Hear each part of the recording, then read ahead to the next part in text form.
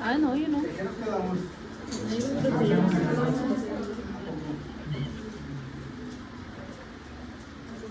Vamos a darle al sistema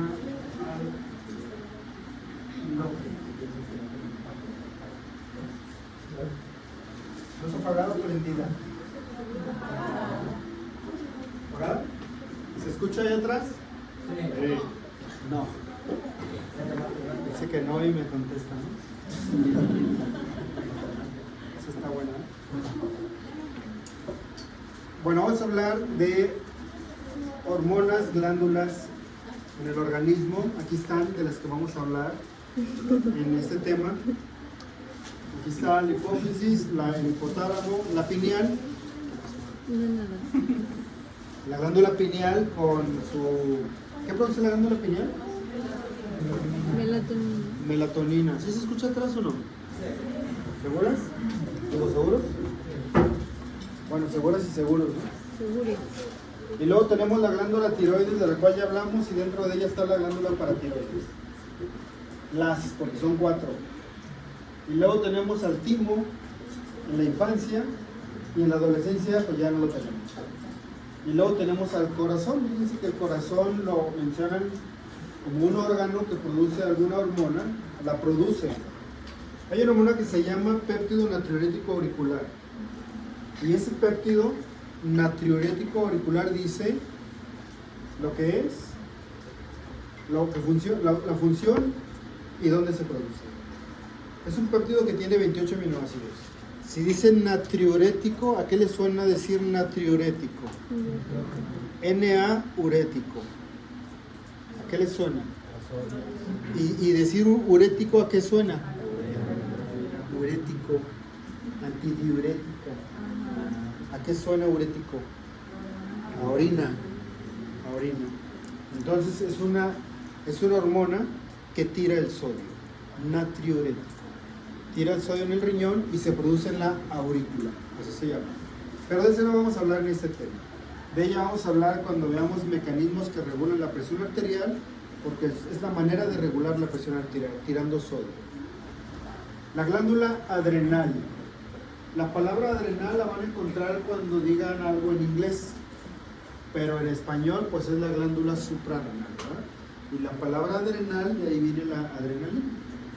Y la glándula suprarrenal. Luego el páncreas, su parte endocrina, porque el páncreas es una glándula mixta, secreción exócrina también. Y luego las gónadas, y luego los testículos. Bueno, ahí producimos también hormonas y vamos a ir hablando poco a poco. El sistema endocrino coordina las funciones del organismo, liberando hormonas en el torrente sanguíneo a casi todas las células del cuerpo. Depende de la hormona, pero algo característico es que todas las hormonas del sistema endocrino van a pasar a la circulación sanguínea antes de llegar a su órgano blanco, a su célula diana, que es lo mismo. En este caso estamos poniendo como ejemplo el hígado. Y el hígado es un órgano blanco de una hormona que luego les voy a decir cuál.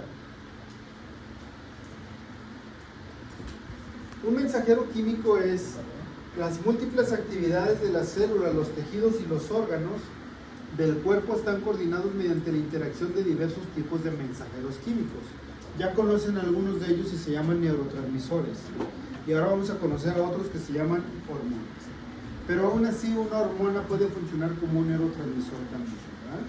Entonces aquí tengo la clasificación de los mensajeros químicos y tenemos los neurotransmisores que ya conocen ustedes y que pueden ser estimuladores o que pueden ser inhibidores. Si yo digo hormonas endócrinas, neurócrinas, parácrinas y autócrinas, son de las que vamos a hablar. Y el término segundo, endocrino, neuroendocrina, parácrina y autócrina, va a indicar qué tipo de función va a tener. Ahorita vamos a hablar de cada una de ellas. Y aquí también en su libro ponen las citocinas, pero son unos compuestos que tienen ciertas funciones, pero no los vamos a mencionar como hormonas. Nos vamos a quedar de aquí para arriba. Los neurotransmisores son liberados por los axones. Díganme un neurotransmisor. Otro. Otro. Otro. Dopamina, serotonina. Bueno, vimos muchitos, ¿no? Y luego dice que son liberados por los axones en las neuronas de las uniones sinápticas y actúan localmente controlando las funciones nerviosas. Ya sabemos que hay de varios tipos de neurotransmisores. Le voy a llamar hormona endocrina. La característica de una hormona endocrina es que va a actuar lejos del lugar donde se produce. ¿Vale? Aquí está la célula endocrina, la glándula. Aquí está la hormona, va al torrente sanguíneo, circula y llega a una célula diana lejos de donde se produce. Díganme un ejemplo de ella. Un ejemplo de una hormona endocrina. De acuerdo a lo que estoy diciendo aquí. ¿Cuál? La insulina. La insulina va a actuar. Fíjate que sí, la insulina, aunque, bueno, sí, la insulina. A ver, díganme otra. Glucagón, la aldosterona. ¿Dónde se produce la aldosterona? Las suprarrenales. ¿Dónde actúa? En los riñones. Díganme otra. ¿Cuál? Melatonina. ¿Dónde se produce? La pineal. ¿Dónde actúa? Y regulando otras producciones de hormonas. Una que actúa lejos es la adrenocorticotropa. ¿Dónde se produce la adrenocorticotropa? En la adenohipófisis. ¿Dónde actúa? ¿Dónde actúa la adrenocorticotropa? En las suprarrenales. Entonces se produce acá arriba y actúa acá abajo, en las suprarrenales, ¿no? Entonces hay varios ejemplos de este tipo de hormonas endocrinas. Dice, producida por glándulas o por células especializadas que las secretan a la sangre circulante y que influyen en la función de células situadas en otros lugares del organismo. Todas las células de las glándulas son células especializadas, ¿no? Por la capacidad de producir hormonas. Son células especializadas. En esta imagen estoy viendo primero aquí un cerebro y en este círculo estoy circulando la glándula hipófisis. Y en la glándula hipófisis veo una parte anterior y veo una parte posterior. Y de la parte anterior se van a producir estas hormonas. Y de la parte posterior se van a producir estas hormonas. ¿Verdad? Entonces, todas ellas son endócrinas. Todas ellas van a la sangre y van a sus órganos blancos que están aquí. Por ejemplo, aquí se produce la luteinizante y su órgano blanco es el ovario y su órgano blanco es el testículo. Aquí se produce la adrenocorticotropa, como ya dije, y su órgano blanco es la corteza suprarrenal. Aquí se produce la hormona estimulante de la tiroides y su órgano blanco es la glándula tiroides. Aquí se produce la hormona de crecimiento y aquí está el hueso como órgano blanco. Aquí se produce la FSH y aquí está el testículo y el ovario como órgano blanco. Y aquí se produce la prolactina y aquí está la glándula mamaria. Todas pasan a la sangre. Todas. Circulan y llegan a su lugar. Y de la neuro tengo la vasopresina. Aquí se produce, ¿dónde se produce la vasopresina? ¿En cuál de los dos lóbulos de la hipófisis? ¿En cuál? Se almacena en la neuro. Se almacena en la neuro y se produce ¿dónde? En el hipotálamo. ¿Verdad? Tanto la oxitocina, acá hasta arriba, como la vasopresina son del hipotálamo, se almacenan aquí, van a la circulación, a su órgano blanco, riñón antidiurética y útero oxitocina. ¿Verdad? Entonces, es son las hormonas endócrinas. Las neuroendocrinas, bueno, ya conocen muchas. Por ejemplo, las que producen la acetilcolina, la sinapsis es una neuroendocrina. Todos los neurotransmisores son neuroendocrinos. Secretadas por las neuronas hacia la sangre e influyen en las funciones de las células de otras partes del cuerpo. Bueno, pues aquí está la neurona. Aquí se liberó, va a la sangre, circula, se transporta y llega a la célula blanca para actuar. En el hipotálamo tenemos algunos núcleos que me van a hacer funcionar a la de mi hipófisis. No, bueno, de eso hablo cuando hablemos de hipotalemia. Las parácrinas. ¿Qué quiere decir el prefijo para? En medicina, ¿para qué es? Cerca de, a un lado de, ¿verdad? Más o menos, cerca de, un lado de. Paratiroides, ¿verdad? Glándula paratiroides. Ahí, cerquita de la glándula paratiroides está, cerquita de la glándula tiroides está la glándula paratiroides. Estoy tratando de acordarme de otro ejemplo.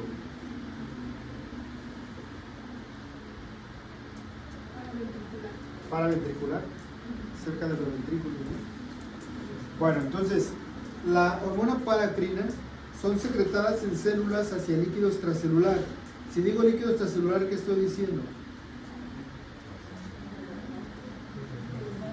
Si digo que van hacia líquido extracelular, ¿qué estoy diciendo? ¿Que van a dónde? A la circulación.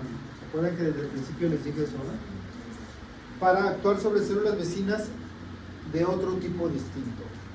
Aquí tengo el ejemplo. Miren, aquí tengo una célula que va a producir hormonas parácrinas. ¿Y a dónde van? Con la vecina de un lado y con la vecina del otro lado. Y eso van parácrinas. ¿Saben cuál es el ejemplo clásico de esto? ¿Alguien me lo puede decir? Lo revisaron, en su libro viene. El ejemplo clásico de una hormona parácrina. Porque casi creo que es el único. ¿No se acuerdan? Bueno, ahí les va. En el páncreas tengo un conjunto de células que se llaman como islotes de Langerhans. En los islotes de Langerhans tengo varios tipos de células que se llaman como, no oigo, alfa, beta, delta y células F, ¿verdad? Bueno, nos vamos a detener en las células delta. ¿Qué producen las células delta? Somatostatina. ¿La somatostatina le suena en otro lado? ¿En dónde? ¿Dónde le suena la somatostatina? ¿Dónde la hemos visto? Porque ya la vimos. ¿En dónde? En el hipotálamo. Hay una forma, otra forma de somatostatina en el cerebro y es igual a la forma del páncreas, pero no es que están en el cerebro ni aquella ande por acá. O sea, cada quien funciona en su lugar, pero son iguales. De hecho, se llaman isoformas, ¿no? Isoforma es igual. Entonces, nos detenemos en la somatostatina. ¿Dónde se produce la somatostatina en el páncreas? ¿En qué células? Delta. Y vean la función de la somatostatina. ¿Qué dice aquí? Inhibe la secreción de insulina y glucagón. O sea, inhibe la secreción de qué células? Alfa y beta. O sea, sus vecinas, ¿verdad? Sus vecinas. Aquí están todas. Alfa, beta, delta, células F. Y aquí mismo inhibe la secreción de ellos. Entonces es el ejemplo de una hormona parácrina. Y luego tengo una hormona autócrina, dice aquí. De esas casi no hay, de esas son como más de otro tipo de funciones. Pero el libro nos da este ejemplo. Pasan a la circulación y se unen a receptores de la misma célula que las produjo. ¿Cómo se complica la vida, no? Pues aquí está adentro, pues ahí quédate. Ahí vas a actuar. Ah, no, tiene que salir, circular y regresar a su receptor de la misma célula. De lo contrario no va a funcionar, ¿verdad? Entonces así sucede. ¿Eh? Es como un trámite de gobierno. Anda, caray. ¿Cómo es eso? Sí, están ahí poniendo que Para pues dejar están que los se papeles, tienen que ir aquí a la oficina, pueden uno caminar y a sacar fotos y es lo mismo papel y no puedo hablar. Los ejemplos del Pablo, ¿eh? ¿Cómo se llaman las otras hormonas antes de esto? ¿Para qué? Que te hacen dar muchas vueltas, dices, ¿no? Bueno, entonces miren, luego te regresan donde mismo, ¿eh? Ejemplos: factores de crecimiento derivados de plaquetas, factores de crecimiento de fibroblastos y factores estimulantes de colonias. Factores estimulantes de colonias se refiere a colonias de células sanguíneas. Ya después veremos esos factores, pero son los ejemplos de dónde puedes actuar en tu mismo, ¿no? En tu misma célula. Cuando hay cuando hay, por ejemplo, una infección severa, no está aquí, pero una importante es en los macrófagos. Cuando hay una infección severa, se necesitan muchos más macrófagos y polimorfonucleares para tratar de vencer la infección. Entonces, los mismos macrófagos, donde se están produciendo los macrófagos, ahí mismo, se libera un factor liberador, un factor de crecimiento de macrófagos. Y ese factor sale a la circulación, regresa, se pone en receptor de ahí mismo y produce más macrófagos. Entonces es la forma como actúan esos factores de crecimiento, ¿verdad? Por ponerles el ejemplo. Bueno, las citocinas dijimos que no íbamos a hablar de esto ahorita. Una hormona es una sustancia química secretada a la circulación sanguínea por células especializadas y que actúan como mediador químico en otro tejido. Y ese otro tejido pues se le llamará órgano blanco, órgano diana, célula blanco, célula diana, todo eso es lo mismo, ¿verdad? ¿Cuál es la acción? Algunas actúan en las células de todo el cuerpo, ¿como cuáles? Algunas hormonas actúan en las células de todo el cuerpo, ¿como cuáles? Insulina, ¿como cuál otra? Ya la vimos. Y ya nos aventamos toda la clase. La tiroides, ya nos aventamos toda la clase, ¿no? Luego, y otras en tejidos específicos que poseen receptores para esta molécula realizando numerosas reacciones. A ver, díganme una hormona que tenga un receptor específico. ¿Luteinizante? ¿Dónde está su receptor específico? En las gónadas. No hay otro receptor para luteinizante más que en las gónadas. ¿Vamos bien? Bueno, sigo pues.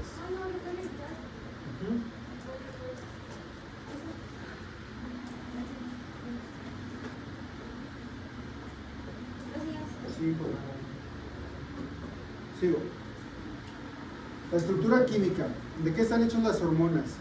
Pues unas están hechas de aminoácidos, otras están hechas de derivadas del colesterol y otras están hechas de un solo aminoácido. Ustedes ya las conocen. Joshua, dime una hormona que sea derivada de un aminoácido.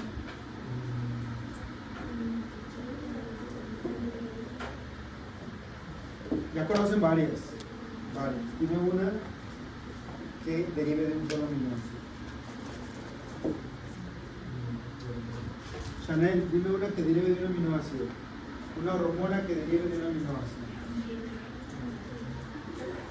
La T3. Alejandra, dime otra hormona que derive de un aminoácido. Empezando la pauta. Fátima, dime otra hormona que derive de un aminoácido. T3 y T4, ya me dijeron. Bueno, dime qué aminoácido deriva el T3 y T4. ¿De qué aminoácido deriva el T3 y T4? Ya vimos esa clase.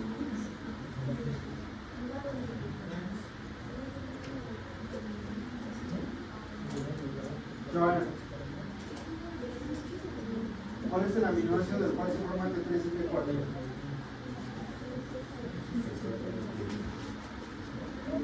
¿Sabes, Marina? No, nada. ¿Cuál es el aminoácido? ¿Cuál es el ¿Cuál es el aminoácido? Es que no estás viendo el pizarrón.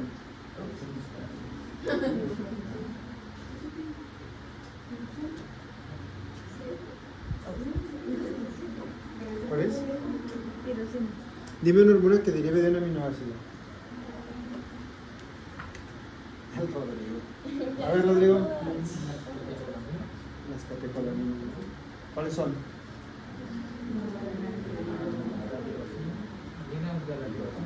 ¿Cuáles son las catecolaminas? Rodrigo, ¿cómo me dices las catecolaminas si no sabes cuáles son? O sea, no, tú nomás me dices catecolaminas y digo, ay, no manches, Rodrigo sí sabe. Pablo, ¿cuáles son? Bueno, es que, a ver. No, Pablo. No, muchas vueltas. ¿Cuáles son?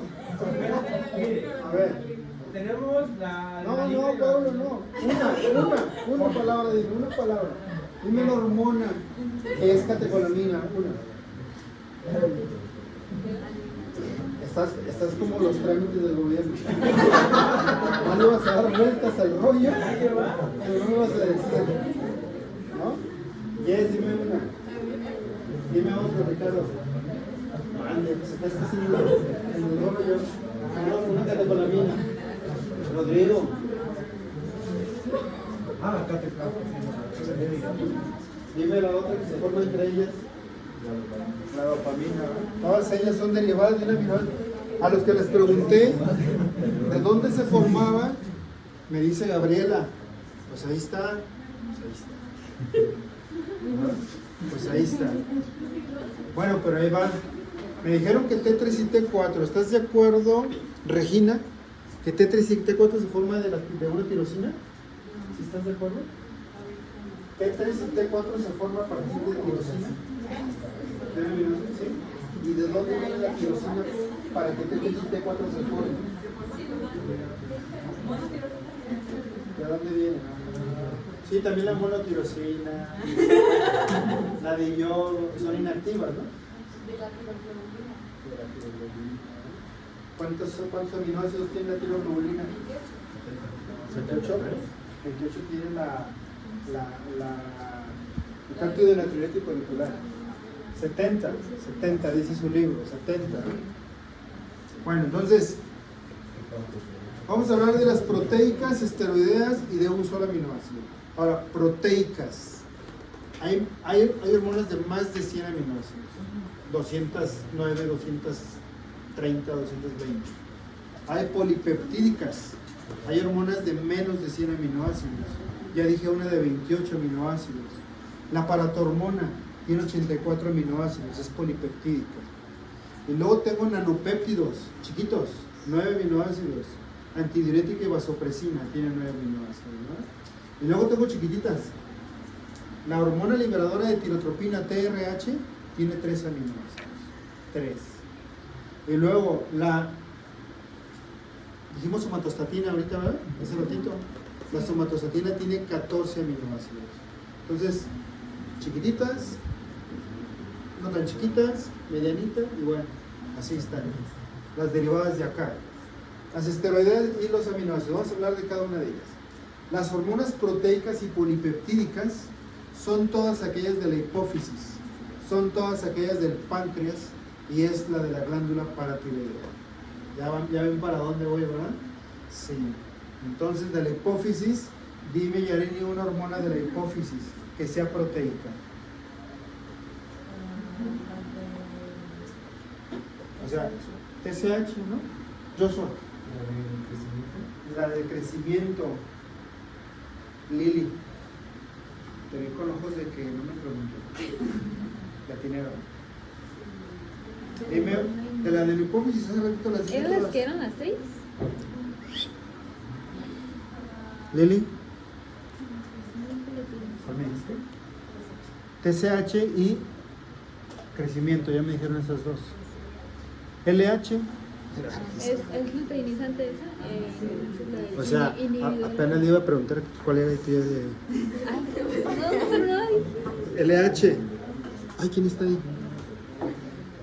Gabriela. Es que me estaban candidando. Gabriela, dime otra hormona. Prolactina. Monse, dime otra hormona. Crecimiento. TSH. Luteinizante y prolactina. Me faltan dos. Me faltan dos de la ADN. ¿A qué? Corticotropina. Fátima, dime hormona de la hipófisis proteica. La folículo estimulante. Majo, ¿cuántos llevan? 6. Pero tenemos neuro, Majo.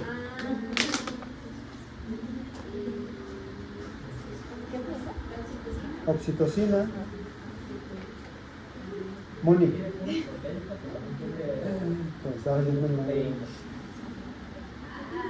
¿Cuál es la compa de la oxitocina? Porque son compas. La antidiurética, ¿verdad? Bueno, eso es. Vamos al páncreas. Lo voy a tapar porque no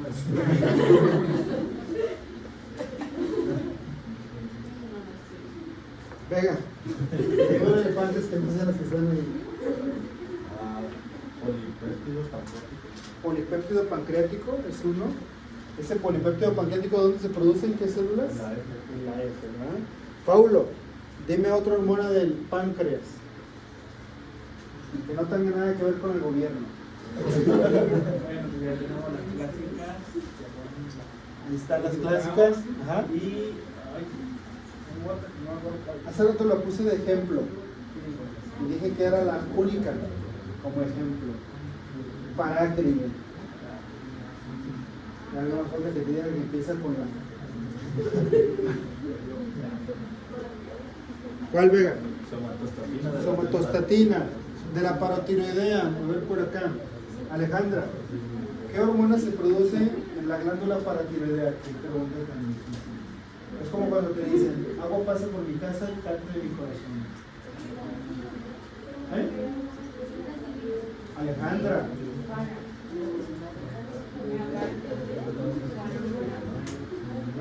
No, pues gracias, Gabriel. Aguacate. La hormona paratiroidea.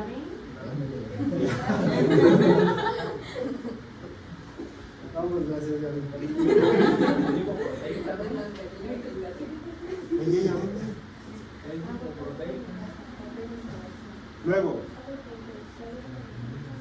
bueno, aquí están las que mencionamos ahorita. Adeno, neuro, tiroides. No, tiroides no, ¿eh? Esa no la mencionamos ahorita. Paratiroides son 4 paratiroides. Y páncreas con sus 4 también, sus 4 hormonas.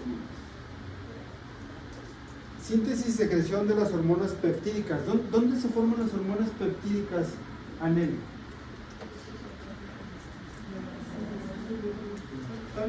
¿Dónde se forma una hormona peptídica? Bueno, para empezar, en su glándula, ¿no? En su célula de la glándula. ¿En qué parte de la célula se forma la hormona peptídica? O sea, hagan de cuenta que vemos fisiología celular en orden y luego cuando veo otra cosa y se los pregunto al revés, ahora ya se me traban, ¿no? ¿Dónde se forman las hormonas peptídicas o proteicas? ¿Ya captaron que está fácil la pregunta? Gabriela, ¿no tienes que salir? ¿No quieres echarle la mano, Gabriela?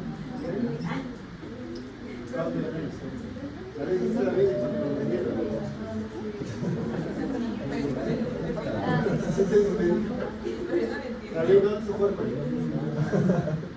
No, David. ¿Cuál es el organelo que sintetiza proteína? ¿Cuál es el organelo que sintetiza proteína? ¿Cómo se llaman los granulitos del organelo?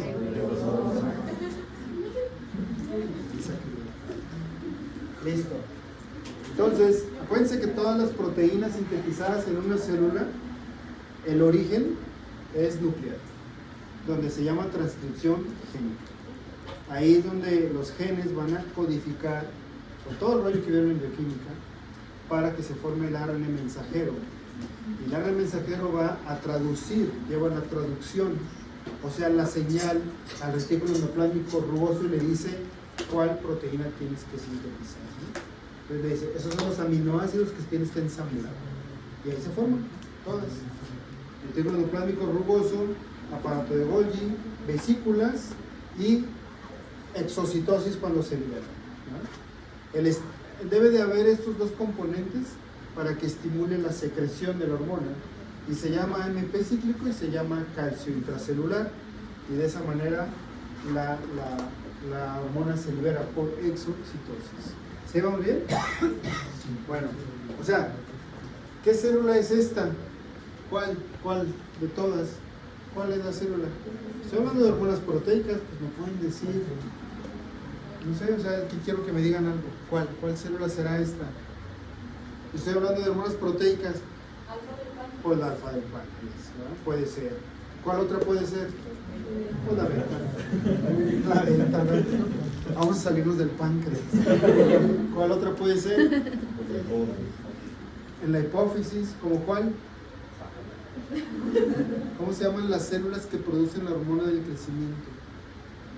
Más que una mitocondria del crecimiento, ¿Eh? tiene que haber una mitocondria con algo, interviene la mitocondria para desarrollar la hormona del crecimiento. Por ahí, como que me escuchan la mitocondria. Bueno, las mitocondrias son los productores de la energía para que la célula trabaje. Pero para el crecimiento físicamente es más como que se mete un poquito más al. Pero bueno. ¿Cómo se llaman las células que producen la hormona del crecimiento? Somatotropas. Esta sería la somatotropa que me produce una hormona de crecimiento. ¿Qué otra célula sería esta? ¿Qué otra se les ocurre? Las lactotropas, ¿cuál produce?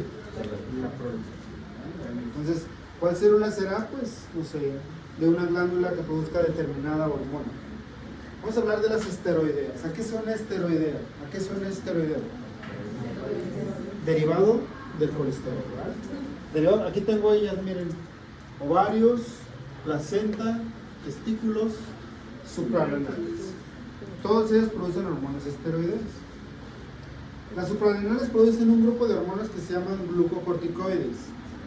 El más importante glucocorticoide se llama... No oigo. Monse, ¿cómo se llama el más importante glucocorticoide?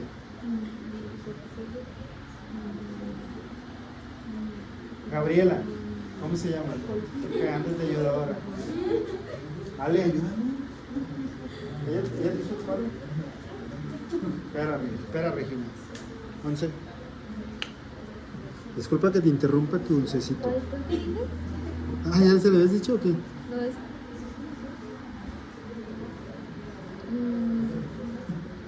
Pau, ¿cuál es la pregunta?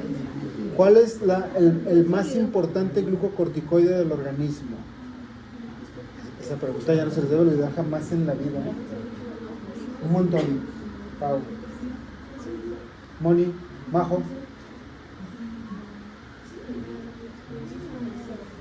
Es el del estrés. Ricardo. El cortisol. El cortisol es el más importante glucocorticoide que se produce en la glándula suprarrenal, el cortisol. Ahora va la otra pregunta. ¿Cuál es el más importante de los mineralocorticoides, Paulo? Cristal. ¿Estás nerviosa? ¿Eres la chica sin miedo? ¿Eres la chica sin miedo? A ver, me voy a acercar a ver si es cierto. Yes. Aldosterona. Aquí tengo en los ovarios dos hormonas esteroideas, se llaman estrógenos y progesterona. Tienen que ver con todo el rollo del ciclo menstrual, tienen que ver con el embarazo. Aquí tengo la placenta. Cuando una mujer se embaraza, el cuerpo lúteo de los ovarios permanece. Cuando una mujer no se embaraza, en el día 28 del ciclo menstrual el cuerpo lúteo se va, desaparece. Y cuando una mujer se embaraza, el cuerpo lúteo se queda y es el productor de hormonas. Y es el encargado de darle el ambiente en el útero para que el huevo fecundado llegue, se anide y se empiece a desarrollar y a crecer. Este es el encargado del cuerpo lúteo, principalmente con progesterona. Más o menos por ahí de la semana entre la 7 y la 12ª, el cuerpo lúteo se empieza a hacer chiquito y va a dejar de producir estas hormonas. Si no hubiera quien le sustituya, el producto se sale y es un aborto. Pero entonces ya tengo placenta, ¿no? Ya la placenta ya está ahí formadita, toda bonita, y entonces la placenta produce estrógenos y progesterona. La placenta es un órgano endógeno en el embarazo y es el que mantiene el embarazo durante todo el tiempo. Los testículos tienen un andrógeno. Se los tengo que decir así porque yo digo testosterona y a lo mejor habrá quienes no relacionan que la testosterona es un andrógeno. Entonces dije testosterona y me dijeron, oiga, maestro, profe, pero los testículos también producen andrógenos. Es la testosterona del andrógeno, ¿no? Y es la progesterona. Hay otro andrógeno, mano. Dehidroepiandrosterona es otro andrógeno. Y epiandrosterona es otro andrógeno. y esos. Bueno, el más importante es la testosterona, hormonas esteroideas. La testosterona no era también sintetizar la corteza suprarrenal. ¿O me No. estoy confundiendo? No. ¿La cuál? La testosterona, No. de que no era conado con esteroides.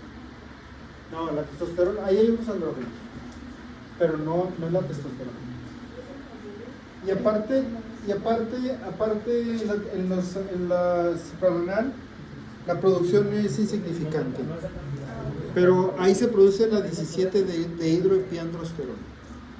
Ahí se produce. O sea, cantidades pequeñitas. ¿No? Gracias. Y luego, aquí tengo la glándula suprarrenal para los esteroides que dijimos, el ovario, para los esteroides que dijimos, estrógenos y progesterona, el testículo para la testosterona y la placenta. Vean la placenta aquí. Estos colchoncitos de la placenta se llaman cotiledones. Así, son como colchoncitos Bimbo. Así. Y cuando sale la placenta, a veces se quedan pegados uno aquí a fondo. Y tiene uno que meter la mano para sacarlos. Eso se llama salvajismo. Pero hay que meter la mano así. Con una va a salir. Luego le raspas. Y ya lo sacas. Nomás le dices, respírale profundo. Porque es medio salvaje, pero se tiene que hacer. La placenta siempre debe estar en el fondo del útero. Ese es el útero y ese es el fondo del útero. Y siempre debe estar ahí. ¿Han escuchado un programa que se llama placenta previa? ¿Nunca han escuchado? Quiere decir que esta placenta ahora ya está acá. En el cervix. Entonces, esa es una indicación absoluta de cesárea porque no puede salir la placenta primero antes que el chiquillo se muera. Entonces, la placenta previa se acaba. El colesterol tiene un anillo ahí que lo vieron en... ya se lo había dicho, ¿no? Un anillo del colesterol que se llama en bioquímica, ¿lo vieron? ¿Cuál? ¿Tú lo dijiste, Luis, otra vez?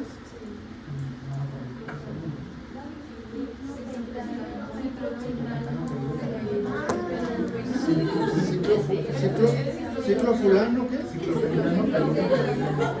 Ciclopentano peridofenantreno. Ciclopentano peridofenantreno. Entonces, es parte de la estructura química de las hormonas esteroideas, derivadas del colesterol, ¿no? Testosterona, cortisol, endosterona. Esta pregunta está buena. ¿Quién me quiere decir? ¿Quién levanta la mano? ¿A quién no le he preguntado? A ver, levante la mano. ¿A quién no le he preguntado? Nadie la va a levantar. No, pues como Chanel. ¿Te pregunté? Y me contestaste, sí, Lili. ¿Sabes qué es un estradiol? ¿Alguien sabe qué es el estradiol? ¿A qué zona es estradiol? ¿Cuál falta ahí? Uno de los que falta, no, el colesterol es el que las produce todas. ¿Cuál? Los estrógenos. El estradiol es un estrógeno. De hecho, voy a adelantar un poquito. De los estrógenos hay 3. Uno se llama estriol, otro se llama estriona y el otro se llama estradiol. ¿Sí? No, estriona, no, estrona. Estriol, estrona y estradiol. Estrógenos, estriol, estrona y estradiol. Y de los 3, uno es el más importante y el más importante se llama estradiol. ¿Vale? Entonces es como el sinónimo de los estrógenos. Estriol, estrona y estradiol. Ese es el estrógeno más importante de esos 3. Bueno, vamos a hablar de los derivados de un aminoácido que ya me los dijeron. De la glándula tiroides tengo la tiroxina, que es la misma que T4, y tengo la triiodotironina, que es la misma que T3. Escuché que dijeron la monoyodo y la diyodo, pero acuérdense que como son inactivas, no la mencionamos. Y también había una que se llama T3 reversa, ¿se acuerdan?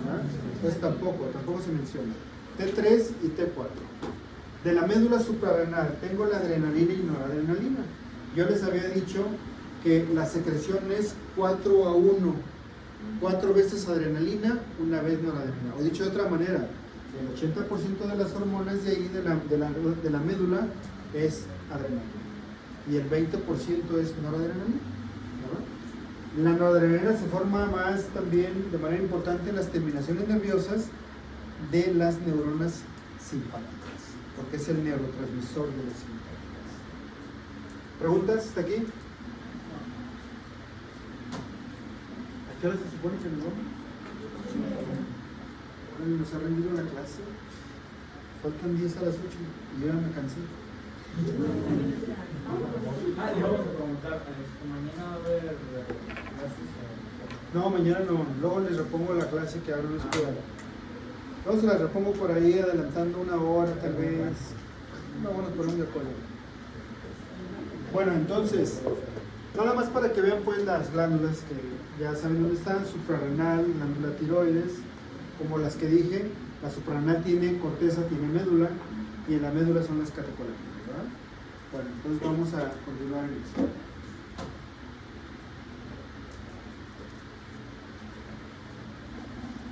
¿Quién me quiere decir cómo es la retroalimentación negativa?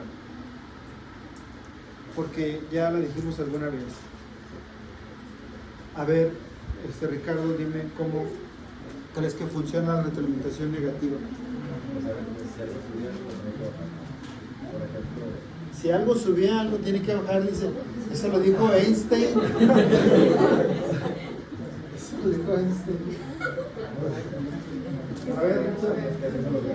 A ver, dímela. Ajá. Y había ahí que se daba la retroalimentación positiva. Creo que eran las sensibles, las que están en la primera. Sí, que hacía que se diera la retroalimentación positiva.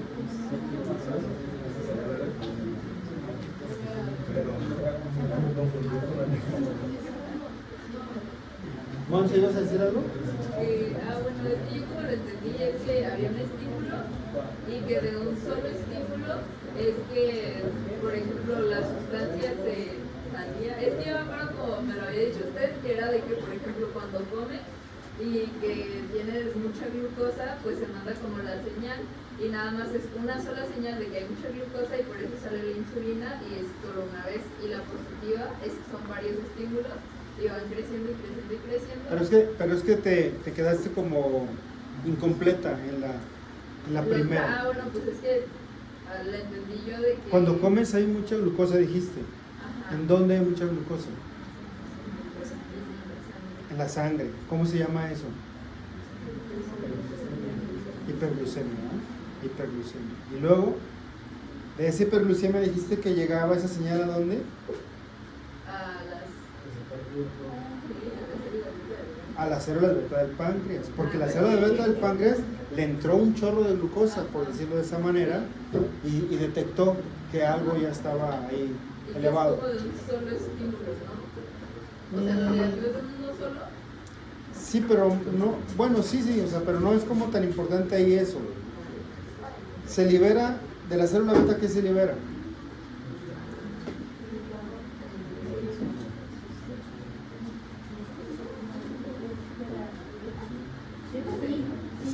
Esa Gabriela anda bien ayudadora, la Gabriela ahora, ¿eh?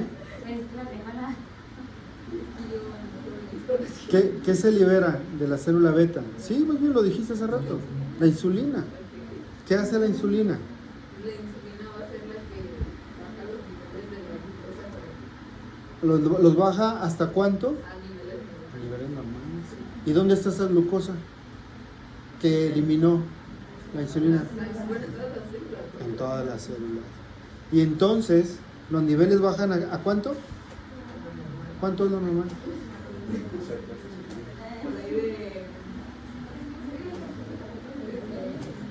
De 100, está bien, está dentro del parámetro normal.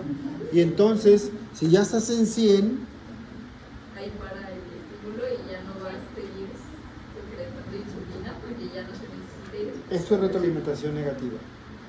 Eso último, prácticamente la retroalimentación negativa, que tiene que parar. ¿Sí? O sea, la célula beta al inicio entró, no sé, a lo mejor tenemos 280 de glucosa en sangre porque fue un comidón, ¿no? Un buen pozolazo. Y entonces se mete la glucosa a la célula beta y detecta que hay demasiado. Manda la insulina a la sangre, a todas las células, la mete, la glucosa empieza a bajar, llega a 120, 110, 100, 90 y la célula beta detecta que ya está en 90. Automáticamente suspende la liberación de insulina. Eso es retroalimentación negativa. Ahí. La positiva sería que aún estando en niveles normales, produjera más insulina. Y tendríamos un problema. Porque los 90 se irían a 80, 70, 50. Eso sería un problema. Ahí es donde para. ¿Sí quedó claro o no? A ver, denme otro ejemplo entonces. ¿Sí quedó claro? A ver, dime la tiroides. Así como lo expliqué, así que se verá chido. ¿El hipotálamo? Sí, el hipotálamo Ese es un eje. y ya si hay mucha producción de T3, T4, que ya le mandas un estímulo al hipotálamo para que deje de producir mucho T3.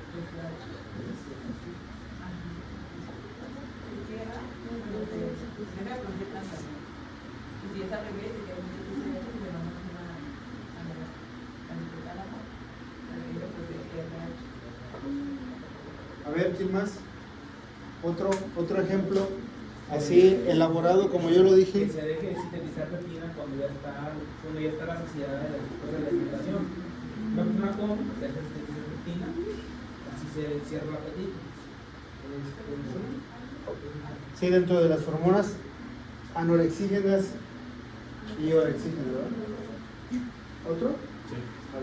También puede ser cuando hay acidez, ¿no? Y que el páncreas debe secretar el bicarbonato. Fíjate que sí, oiga, pero bueno, sí, está bien. Cuando hay acidez es una... Pero ahí te falta. Por ejemplo, hay acidez. Secreta bicarbonato. Termina la acidez, termina la secreción de bicarbonato. O sea, la retroalimentación es regresarle la señal al páncreas y decirle ya todo está bien. Entonces ya no necesito más bicarbonato. A ver, otra.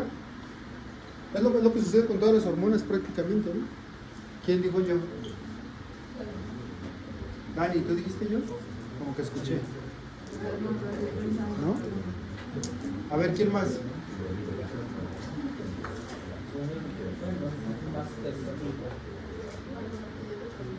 Es más específica. ¿Qué? Pues la reacción de las hormonas pancreáticas sobre los ciclos de glucólisis, ciclo de Krebs, glucogénesis, glucogenólisis, todo esto. Recordemos que hay problemas que son inhibidos por una o elevados por otra. Sí, algo más específico como dices. Bueno, entonces, la retroalimentación permite el control de un sistema y que el mismo tome medidas de corrección en base a la información retroalimentada. Y es lo que explicamos el ejemplo de la glucosa, que es uno de los más representativos. Pero, a ver, yo le voy a preguntar a alguien más. ¿Quién quiere participar? ¿Nadie? El número 12. ¿Quién es el 12? Alejandra. Eres el 12. Mira qué suerte tienes. A ver, Alejandra. Dime una retroalimentación. ¿Sí sabes qué es la hipocalcemia? La mayoría de veces. Tienes que decirlo completo. ¿Trabajo de calcio en dónde? ¿En el agua mineral o dónde? Disminución de los niveles de calcio en sangre. Eso es como me tienes que decir. Está bajo de calcio, pues digo, ¿dónde? En la coca. Disminución de los niveles de calcio en sangre. Eso se llama hipocalcemia. ¿Sí? ¿Tú sabes cuál es la hormona que regula el metabolismo del calcio? Fíjate, curiosamente te la pregunté a ti. Curiosamente te la pregunté. que te hizo el paro, la hormona paratiroidea regula el metabolismo del calcio. Entonces, si el organismo tiene hipocalcemia, ¿qué va a pasar con la hormona paratiroidea?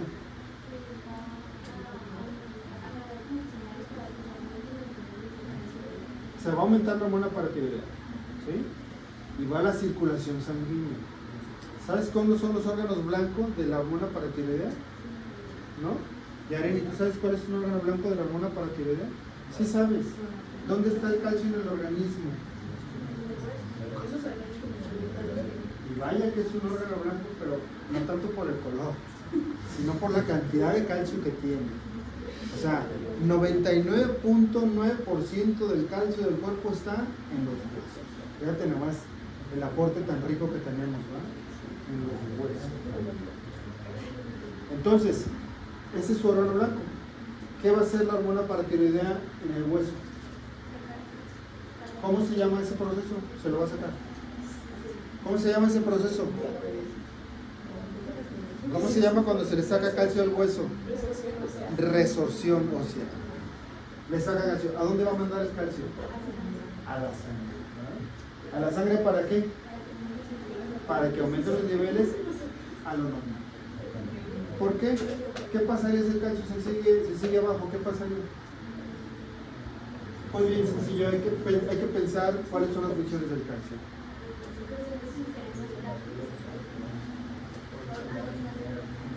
Fíjate que no tanto, en ese caso no tanto porque no es como que no depende tanto como del hueso. Podría ser, pero ahorita no voy a meter tanto en eso. Dime otras funciones del calcio. Ya hemos dicho un montón. Y se te olvida. ¿Por qué me voy a voltear? Alejandra, dime cuáles son las funciones del calcio. Ya no te estoy viendo. A ver, Gabriela, ayúdame. En la contracción. ¿En la contracción muscular? ¿De dónde? Pues imagínate de dónde. ¿Contracción muscular de dónde? Corazón, ¿dónde más? Músculo liso, ¿dónde más? O sea, ¿dónde tenemos músculo esquelético? Pues en todo el cuerpo. El corazón. Otro órgano blanco, Moni, de la paratiroidea. Le vamos a quitar calcio al hueso para mandarlo a la sangre y corregir la hipocalcemia. ¿Sí te acuerdas que estábamos hablando de eso? ¿Sí? Dime otra.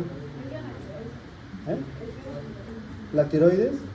No es órgano blanco la tiroides de la paratiroides.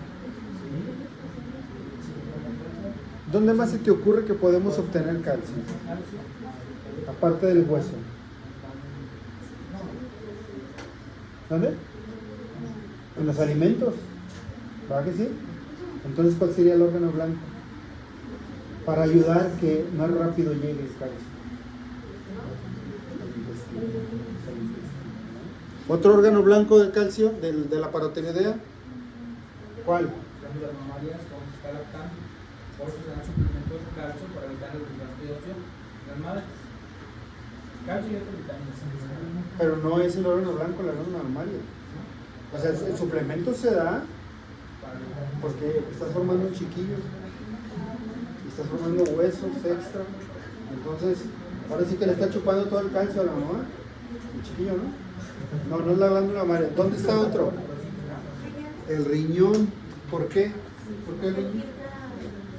Pues porque no lo va a dejar que se tire. Pasa calcio por ahí y dice, ven. Y lo va a absorber y se lo lleva a la sangre, ¿no? Para corregir todos los problemas. Las funciones del calcio, coagulación sanguínea es el factor número 4. Las funciones del calcio, liberación de neurotransmisores también. Funciones del calcio, contracción muscular. ¿Cuál otra? Segundo mensajero en el sistema de la fosfolipasa C, ¿verdad? Bueno, entonces, ¿qué va a pasar entonces, Alejandra, cuando ya tenga los niveles de calcio normales?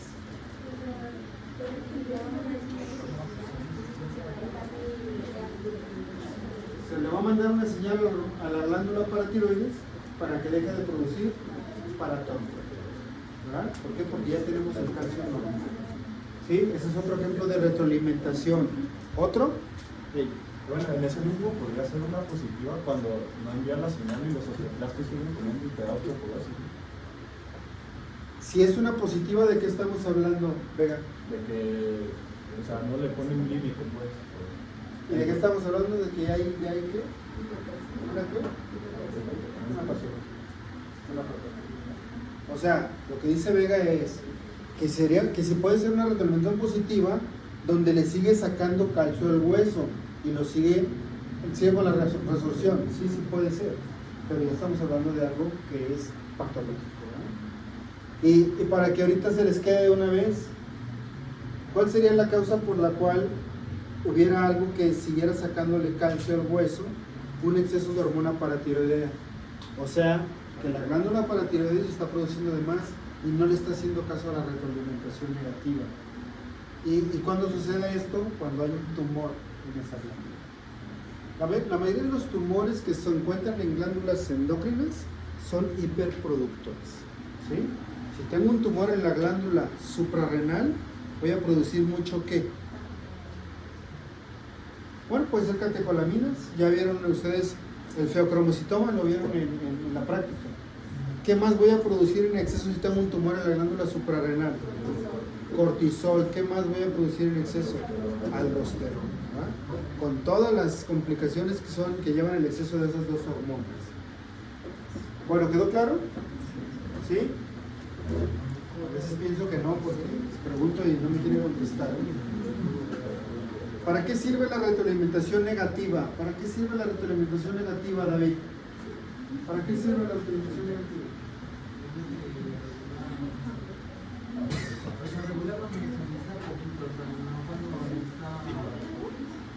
Entonces, por ejemplo, la temperatura, si a mí me dio la temperatura, yo necesito que se me baje la temperatura, pero como señales para regular la temperatura. Entonces, ¿para qué sirve la retroalimentación negativa? Yareni, ¿para qué sirve?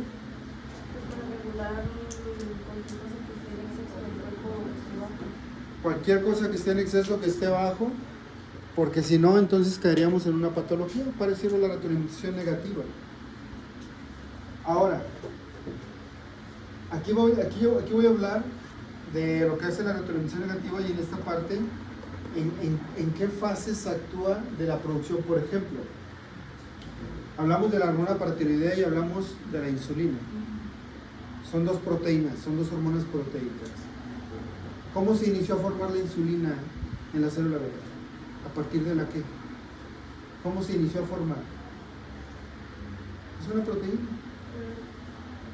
¿Cómo? ¿Cómo se forman las proteínas? ¿Por la qué?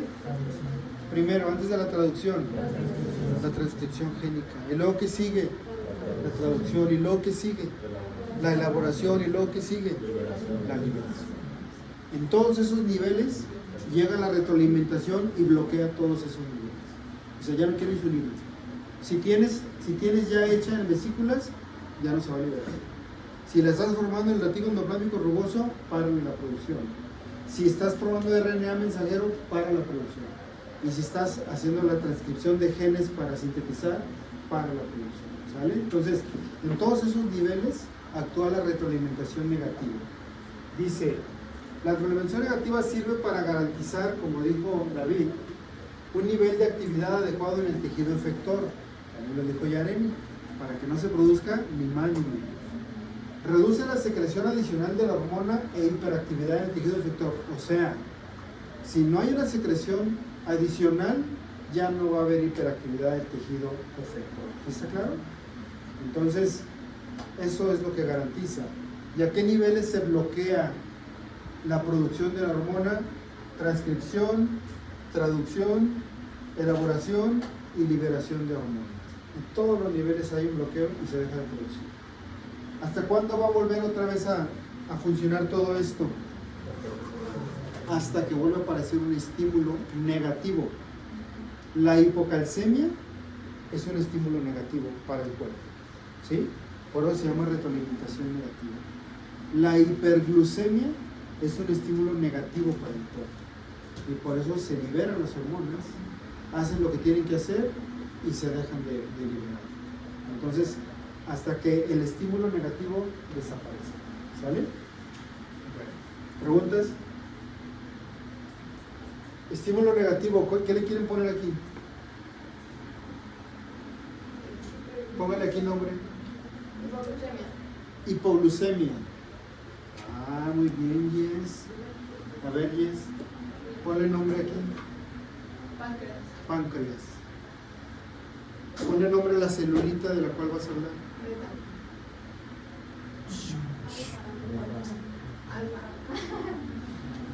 La risa. ¿Por qué te equivocaste? Porque frutado.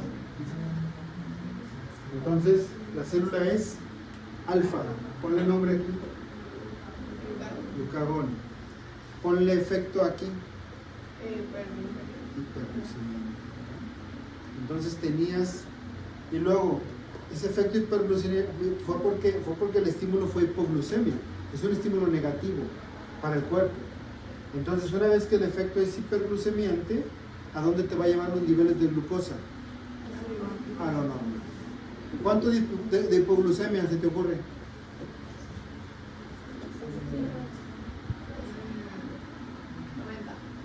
¿Qué?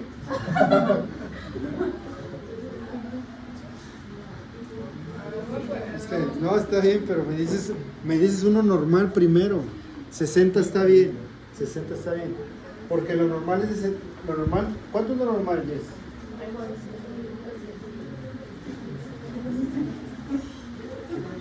¿Te vas a echar un clavado a la mochila?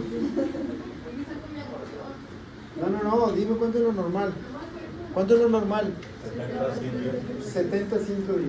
Si tú me dices 90, no hay hipoglucemia. No hay estímulo. Si tú me dices 60, hay hipoglucemia. Ok. 60. El glucagón hizo hiperglucemia. ¿A dónde lo llevó? ¿A cuánto? 90. ¿Qué pasa con el estímulo? Desapareció. ¿Qué pasó con el estímulo a la glándula? Ya no hay. ¿Y paró? Esa es la retroalimentación negativa. ¿Sí? Ya se les expliqué otra vez, y otra vez, y otra vez. ¿Ya me lo pueden decir ustedes? ¿Solitos? ¿Sí? ¿Quién quiere? Daniela, ¿no te comen los niños? ¿Estás ansiosa? No, es que tengo perito. Ah.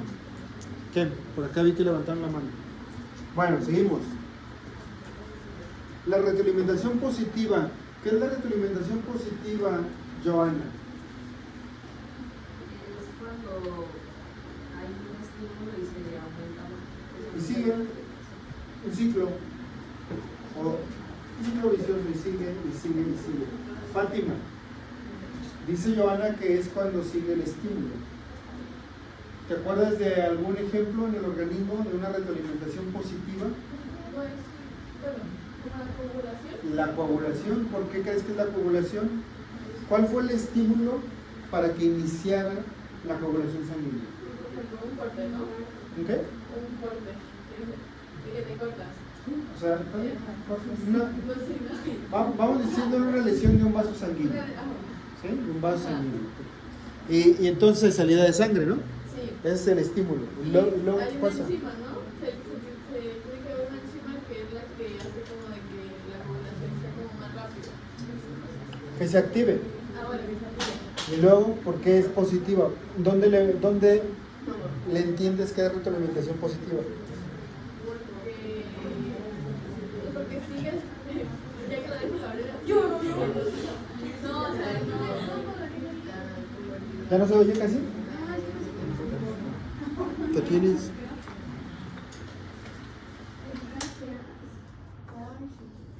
¿Ya te estabas enfriando o qué? Ese es otro estímulo, la hipotermia. Ahorita vas a decir la retroalimentación negativa de la hipotermia.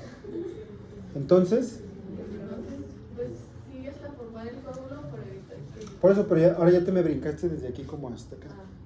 Entonces, ¿dónde le viste dónde le viste la retroalimentación positiva? Pues que sigue liberando la enzima, ¿no? ¿Quién le ayuda? ¿Tú, Gabriela? ¿Quién le ayuda? Por acá. ¿Tú, Cristal, le ayudas? La cascada que le llama a todos los factores. La cascada de coagulación. ¿Cuántos factores crees que hay? ¿Cuántos factores hay de la coagulación? Más. 12. ¿Te acuerdas de alguno de ellos? No, ¿sí habían visto Chanel? ¿No? El calcio, hace rato lo dije. El factor número 4. ¿Otro? ¿Quién se acuerda de otro? O sea, lo que quiere decir que la cascada de coagulación, como aquí está el ejemplo, si ustedes tienen una lesión de un vaso sanguíneo, o sea, hubo salida de sangre con herida o sin herida. Como es sin herida, es un morete. Se pegan aquí, en la pierna, y al rato traen un morete. Se rompieron los vasos sanguíneos y se activó la cascada de coagulación. Entonces, ¿por qué es la retroalimentación positiva? La cascada de coagulación tiene dos vías. Una vía se llama extrínseca, que es por fuera del vaso sanguíneo, y la otra se llama intrínseca, que es por dentro del vaso sanguíneo. Y las dos se unen en una sola al final, que se llama la vía común. Entonces, la intrínseca y la extrínseca tienen sus factores de coagulación para irse activando. Y se llama retroalimentación positiva porque primero se va a activar uno de ellos. En la vía extrínseca, el primero que se activa es el tercero. De hecho, así se llama. Si es fuera del vaso sanguíneo, ¿está en dónde? Esa activación. ¿En dónde? ¿En los qué? En los tejidos. Y ese factor se llama factor tisular. Así se llama, ¿verdad? Es el factor número 3. Y luego de ahí se activan otros. Se va a activar el siguiente, no sé, puede ser el 5, el 7, el 8. Esa es retroalimentación positiva. Que uno activa al siguiente, y luego al siguiente, y luego al siguiente, y luego al siguiente, hasta llegar al 10. Y por el lado intrínseco, el primero que se activa es el 12. Y el 12 se llama factor de Hageman. Y ese 12 activa a otro, y a otro, y a otro, hasta llegar al 10. Entonces ambas llegan al 10, y del 10 se van activando todavía otros cuantos más, hasta formar un coágulo. Entonces una cascada de estímulo para activar factores. ¿Me vas a preguntar algo? Sí, entonces por ejemplo el parto puede ser una retroalimentación positiva. El parto, Las contracciones, pues. sí, el parto es una retroalimentación positiva porque las contracciones uterinas en un parto son para que el cuello del útero se haga más corto y se abra y se dilate. Se abra. Y mientras no pase eso, entonces las contracciones van a estar cada vez más y más y más y más. El objetivo es que la cabeza quepa por el cuello del útero, ¿eh? O sea, una dilatación de aproximadamente 10 centímetros y entonces la cabeza va a pasar por ahí. Y entonces por eso hay más estímulo. La cabeza que toca el cuello del útero, que toca la pelvis, son señales para que le mande la señal al hipotálamo y le diga, avienta más oxitocina. Y ahí va. Y entonces las contracciones hasta que sale el chiquillo, ¿no? Y entonces en ese momento la oxitocina disminuye de manera importante la producción. ¿Qué tanto disminuye? Tanto que hay que ponerle ahora intravenoso. Hay que ponerle de una ampolleta. Ponle oxitocina. ¿Y para qué le vamos a poner? Porque ahora tiene otra función. Primero, estaba elevada para que nazca el bebé. Ya nació. Ahora disminuyó de manera importante, pero la necesitamos. ¿Qué estaba haciendo la oxitocina para que naciera el bebé? ¿Qué estaba haciendo? Las contracciones del útero.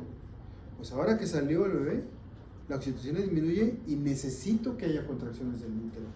Porque el útero se quedó todo flojito, porque nació un chiquillo de 4 kilos y el útero se quedó flojo. Entonces, ¿ahora qué necesito? Que el útero agarre fuerza y haga esto. ¿Por qué? Porque la placenta está en el fondo y la placenta literalmente se arrancó. O sea, está unida no con una capita lisita que la quitas y queda bonito, no. Está unida como si quitaran una costra de su piel. Así, quiten una costra y ¿qué va a pasar?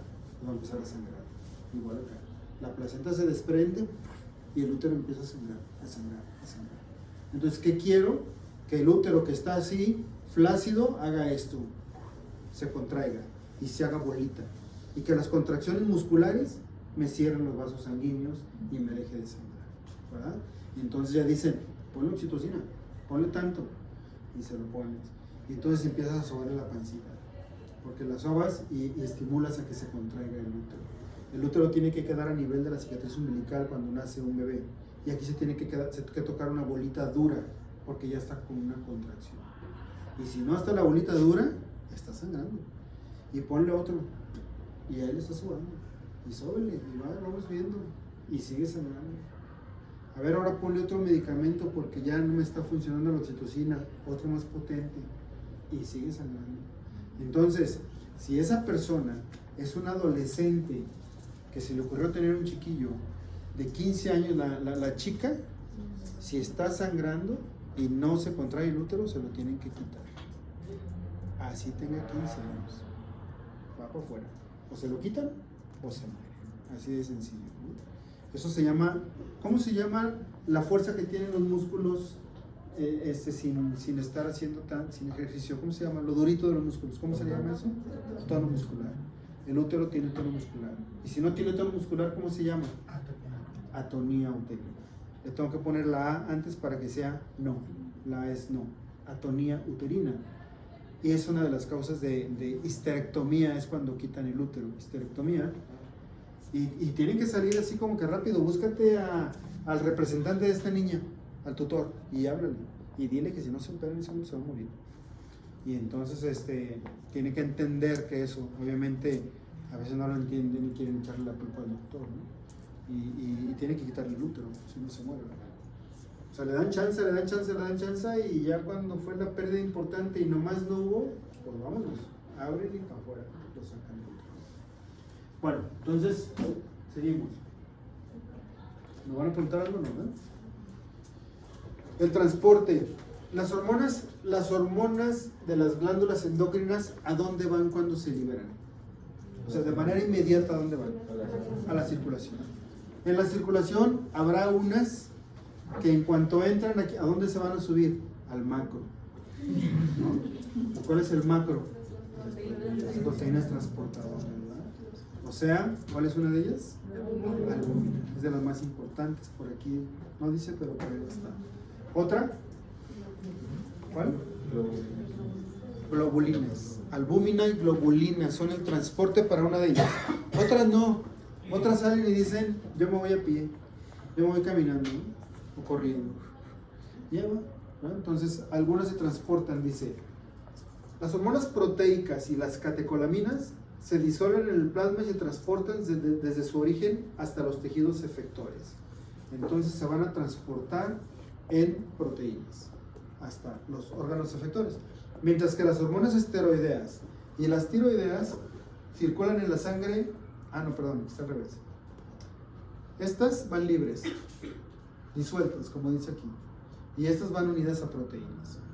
Estas transportan, solamente menos de un 10% van libres, pero la mayoría van unidas a proteínas plasmáticas, ¿verdad? El mecanismo de acción, una vez que llega la hormona a su órgano blanco, célula blanco, es porque se une a su receptor. Si yo les pregunto en este momento, ¿dónde se encuentra el receptor de una hormona? ¿Qué me van a decir? En la membrana. Es lo que hemos aprendido, ¿eh? Pero si les digo que hay otros sitios, ¿en cuál van a pensar? ¿En el núcleo y dónde más? En el citoplasma. Entonces, algunas de ellas, a ver, ¿cuáles se les ocurre que son en la membrana? ¿Cuáles y por qué? Tiene lógica. Las esteroideas tienen su receptor en la membrana. ¿Quién quiere decir algo en contra de eso? Yo. ¿Por qué? Yes. ¿Cuáles? Las esteroideas pues vienen del colesterol, que es un lípido, y pues van a ser liposolubles, van a poder atravesar la membrana. Exactamente. Entonces descartamos las esteroideas como receptores en la membrana. Entonces, ¿cuál tiene receptores en la membrana? Las proteicas. ¿Por qué? Porque hay receptores receptores de proteínas en la membrana. Otra explicación del por qué necesitan un receptor, ¿quién me la dice? Lo hemos dicho algunas veces. ¿Por qué las proteicas? ¿Por qué? Por su carga. Piénsenle. Por estar en formadas vesículas. O sea, salen. No, otra explicación todavía un poquito más lógica. Lo hemos dicho mucho, ¿eh? Las proteínas son unos compuestos de alto peso molecular. Y ya dije una vez, las proteínas no atraviesan las membranas, ¿sí? Entonces, como no va a atravesar la membrana, necesita de alguien para que la meta. ¿Y quién es su transportador? ¿Verdad? ¿Y dónde está? En la membrana, ¿verdad? Entonces, las esteroideas atraviesan la capa lipídica como si no existiera porque son liposolubles. Las proteicas tienen su receptor en la membrana y las tiroideas tienen su receptor ¿en dónde? En el núcleo. ¿Por qué creen que la tiroidea se metió hasta la cocina? Hasta el núcleo. ¿Por qué creen? Porque es muy pequeña. Porque es muy pequeña. ¿De dónde derivan las tiroideas? La tirosina. De un aminoácido. Entonces es chiquitita. Entonces, ¿qué atraviesa? La membrana celular. ¿Qué atraviesa? La membrana nuclear. ¿De qué diámetro son los poros de la membrana nuclear? Es la pregunta de examen, del primer examen. 9. ¿No era pregunta de examen? Poco, ¿no? 9. ¿9 qué? Nanómetros. ¿Sí? Entonces está chiquitita ahí esa puertita del poro y por ahí se mete la hormona tiroidea. Bueno, una vez que las hormonas llegan a su receptor, dice que la acción de una hormona comienza con la unión a su receptor específico de la célula efectora. Ya dijimos dónde hay receptores de ellas. Una célula puede poseer 200 receptores, ¿no? Por ejemplo, en este momento ustedes están sin comer, ¿no? ¿Ustedes creen que en este momento van a tener 2000 receptores para insulina o 100,000? ¿Cuántos van a tener? Por pensar, 2000. Pero ¿qué tal el rato que lleguen y se avienten unos 4 de tripa y unos 3 de lengua? ¿Qué va a pasar con los receptores? Aumenta. Entonces depende de las necesidades de la célula, ¿no? Aumenta, ¿verdad? Bueno, ¿qué es? ¿Por qué las proteínas no atraviesan la membrana y los aminoácidos? ¿Tú dime? ¿Por el tamaño? ¿Nada más? Es un aminoácido chiquitito. Ok. Acuérdate que una proteína se considera así cuando es de más de 100 aminoácidos. Entonces es grande. Y un aminoácido pues es pequeñito, ¿no? Entonces ya vieron por qué de 2000 hasta 100,000 receptores. Depende de las necesidades del organismo, ¿verdad? El número de receptores varía constantemente, pues sí. 2000 ahorita, al rato en la cena, no sé, los que quieran, 50,000. Y durante el sueño, 2000. Otra vez, regresa. Entonces está cambiando constantemente de acuerdo a lo que se necesita. ¿Se acuerdan de eso? ¿Qué es eso? ¿Sistema de qué? ¿Receptor? ¿Cómo se llama este receptor? ¿Tiene su nombre? ¿Cómo se llama? ¿Cómo se llaman los receptores para los segundos mensajeros? Metabotrópicos. Metabotrópicos. Aquí tengo una hormona. ¿Y por qué lo pongo? Porque este sistema, sea de la adenilato ciclasa o sea de la fosfolipasa C, me va a formar segundos mensajeros diferentes. ¿Ya se acuerdan o no? Sí. ¿Qué me forma la adenilato? ¿Y la fosfolipasa C? Y así glicerol y calcio. Entonces, quiere decir que hay hormonas que van a actuar estimulando adenilato ciclasa. Por consiguiente, ¿cuál es su segundo mensajero? Hay hormonas que van a actuar estimulando la fosfolipasa C. Por lo consiguiente, sus segundos mensajeros son diacilglicerol, trifluoroinositol y calcio. Y hay hormonas que me van a bloquear, me van a inactivar la proteína G y me van a bloquear la adenilato ciclasa. Y entonces, ¿cómo va a estar el AMP cíclico? Disminuida. Y también hay hormonas que van a actuar así, me van a disminuir la fosfolipasa C y ¿cómo van a estar el trifosfato-inositol? Bajo, ¿verdad? Entonces tengo también hormonas excitadoras y hormonas inhibidoras. Esta es la imagen de la adenilato ciclasa con el AMP cíclico. Acuérdense que la proteína G inactiva tiene 3 subunidades juntas con un GDP. Y la activa se le agrega un fósforo, se convierte en GTP y la alfa se separa.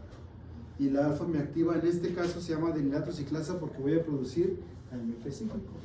Ahora, creo que fue en este grupo. Me preguntaron algo que yo creí que ya lo habían asimilado de esa manera. pero lo voy a explicar porque a lo mejor alguien se queda con duda. Esta imagen, ahora vean esta imagen. Esta es de la fosfolipasa C. Entonces me preguntaron, profe, pero ¿por qué aquí no está la proteína G, alfa, beta, gamma? Cuando yo les había dicho que era lo mismo. Entonces ahora lo voy a hacer de esta manera, miren. Aquí, cámbienle de nombre a esta. Y se llama como fosfolipasa C. Aquí, cámbienle de nombre a este. Y se llama como trifosfato inositol de acilglicerol. Pero el sistema es el mismo, ¿de acuerdo? En diferentes células. Pero el libro me lo pone así. O sea, aquí debería de haber esto. Las vueltitas. Aquí debería de estar la alfa, la beta y la gamma de la proteína G. Aquí debería estar el GDP y el GTP, pero no están. Entonces por eso les digo, imagínense si ahora este pedazo me lo voy a llevar y ahora lo voy a poner aquí. ¿Por qué? Porque a esta le pusimos fosfolipasa C, porque aquí le cambiamos el nombre de segundos mensajeros y aquí tengo que poner esto de aquí. ¿Sale? Porque esta es la manera ya en que producimos calcio, el deacilglicerol, el trifosfato inositol. Entonces es lo mismo, nomás que la estuve buscando para tener una imagen igualita a esa, pero no la encontré y la encontré de esa manera. Pero es lo mismo. ¿Vale? Bueno. Entonces, ¿y por qué repito esto? Pues por esa simple y sencilla razón. Porque aquí tengo hormonas y aquí tengo hormonas y estas funcionan con AMP cíclico y esas funcionan con aquellos segundos mensajeros. ¿Cómo le voy a poner el nombre aquí a la... Aquí está. Adenirato ciclasa y allá está la fosfolipasa C. Entonces, la angiotensina 2 en sus células epiteliales funciona elevando AMP cíclico y la angiotensina 2 en sus células del músculo liso funciona con estos segundos mensajeros. La calcitonina requiere AMP cíclico para funcionar. Las catecolaminas también, receptores beta. ¿Cómo se llama esta hormona?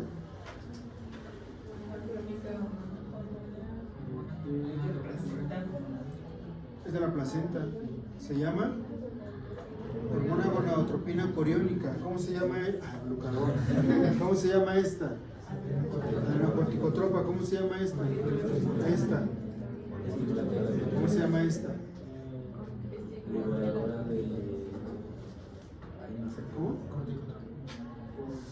La corticotropina está acá. ¿Cómo se llama esta? La R liberadora. La C, pues una hormona que empieza con la C. ¿Cuál? Cortisol.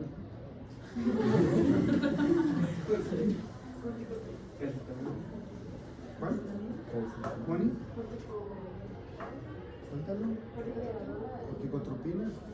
Esta es la hormona liberadora de la corticotropina. Esta es. Y luego esta. Se me atravesó la flecha. Esta. Paratiroidea. Acá. Esta. De gonadotropinas. Esta. Liberadora de crecimiento. Esta. Hidrotropina. Entonces, estas requieren este sistema, ¿sí? Para funcionar. Y estas requieren este sistema para funcionar. Para generar respuestas celulares, ¿vale? Bueno, ahí lo vamos a dejar porque ya nos pasamos un poco. Nos vemos la siguiente semana, ¿no? Porque mañana no vengo. Luego le repongo la clase, no pude, pero luego se la repongo. Hoy se fue. No sé lo que son. Ahorita voy a ver qué onda. Esas cosas. Eso sí está raro. ¿Me ayudan a aprender la